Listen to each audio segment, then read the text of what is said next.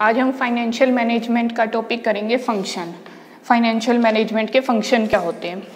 सबसे पहला फंक्शन है डिटरमाइनिंग द फाइनेंशियल नीड्स, कि भाई हमने ये देखना है कि हमें कितने पैसे की ज़रूरत है। ठीक है, फाइनेंशियल नीड्स के अंदर क्या आ जाएगा, शॉर्ट टर्म और लॉन्ग टर्म दोनों नीड्स देखनी है, शॉर्ट टर्म भी और लॉन्ग टर्म भी।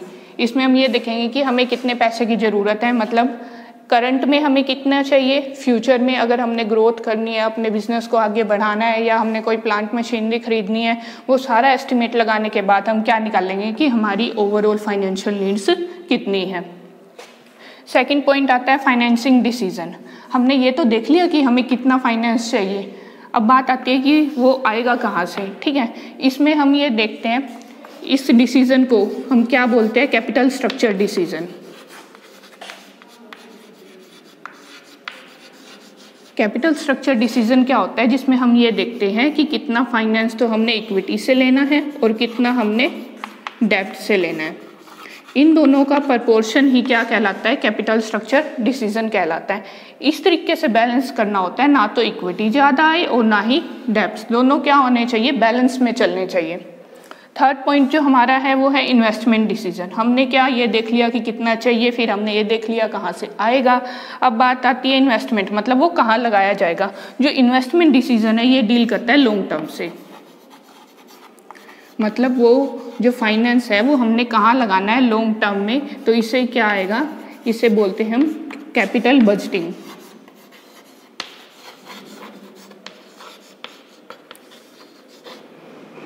ठीक है, मतलब कौन से प्रोजेक्ट में लगाएंगे वो डिसीजन कहलाता है इन्वेस्टमेंट डिसीजन, कौन से प्लांट एंड मशीनरी में या कौन से प्रोजेक्ट में लगाया जाएगा।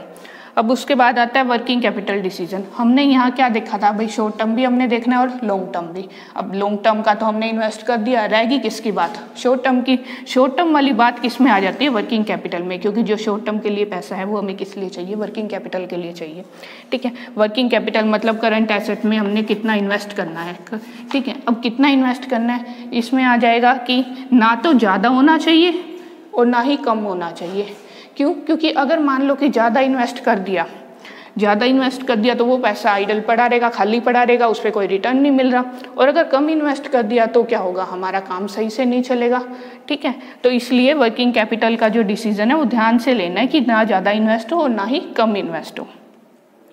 अगला पॉइंट है dividend policy decision. Dividend policy decision के अंदर क्या डिसीजन लेंगे, हमने लास्ट टाइम भी बात करी थी कि कितना पैसा तो हमने डिविडेंड के तौर पे डिस्ट्रीब्यूट कर देना है और कितना हमने बिजनेस में ही रिटेन, कितना ही बिजनेस में रख लेना है ताकि आगे काम आए।